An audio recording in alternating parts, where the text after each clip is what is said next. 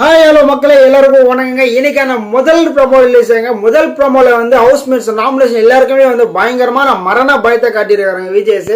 So யார் வெளியில போவாங்க அப்படின்றது ஃபர்ஸ்ட் எடுத்துட்டு வந்துட்டாரு. எப்பவுமே வந்து கடைசியாக தான் கார்டு எடுத்துட்டு வர்றாரு. இந்த முறை என்ன பண்றாரா, ஃபர்ஸ்ட் ஓப்பனில வந்து நம்ம நாமினேஷன் கார்டு எடுத்துட்டு வந்தாரு. யாரோ வெளில போறாங்க அப்படின்ற மாதிரி ரொம்ப கிளியர் கட்டா சொல்லியிருக்காரு.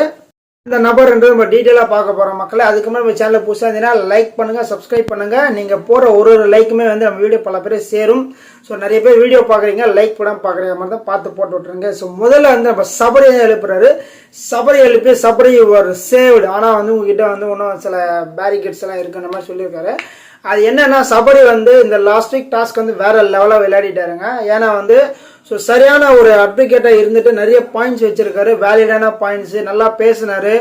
அவரோட சபரிக்கு வந்து பேச்சு திறமை அதிகமாக இருக்காது, சபரிக்கு தெரிய மாட்டேங்குது. ஸோ ஒருத்தர் ஒரு டேலண்ட் இருக்குங்களா, அந்த டேலண்ட் சபரிக்கு வந்து பேச்சு திறமை வந்து அதிகமாக இருக்குன்னு அவர் நல்லாவே தெரியும். தெரிஞ்சுமே வந்து இந்த இடத்துல யூட்டிலைஸ் பண்ண மாட்டாரு. ஏன்னா வந்து லாஸ்ட் டைம் பிக் பாஸ்லேருந்து எல்லாம் வெளில போனாங்களா, அப்போ வந்து ஒருத்தரையே வந்து ஒரு கவுண்டர் கொடுத்து பயமாக கலாய்ச்சி செம்ம ஃபன்னாக கொண்டு போயிட்டு ரொம்ப கிரிட்டிக்கலான கேள்விகளை கேட்டு ரொம்ப டிஃப்ரெண்ட்டாக பண்ணியிருந்தாரு. அதே விஷயத்த வந்து இந்த வீட்டுக்குள்ளே பண்ணியிருக்கலாம். பட் கிட்டத்தட்ட அந்த 69 நாள் ஆயிடுச்சுங்க, 69 நாள் 68 நாள் ஆயிடுச்சு. ஆனாலுமே இன்னும் வந்து அவர் வந்து அதை இது கொண்டு வரல. லாஸ்ட் வீக் மட்டும்தான் வந்து ஸோ பேச ஒரு விஷயம் இருக்கு, ஸோ நம்ம வந்து வேலிடாக கொஸ்டின்ஸை கேட்கலாம், பயங்கரமாக பண்ணலாம், ஸோ நல்ல பர்ஃபார்மன்ஸ் காட்டுற ஒரு விஷயம் நம்மளுக்கு வந்து கிடைச்சிருக்கன்றது பயங்கரமாக யூட்டிலைஸ் பண்ணிட்டாரு. சும்மா பர்ஃபெக்டாக பண்ணிட்டாரு.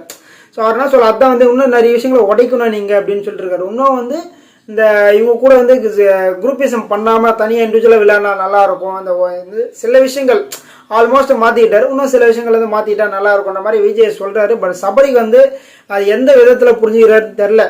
நம்ம நல்லா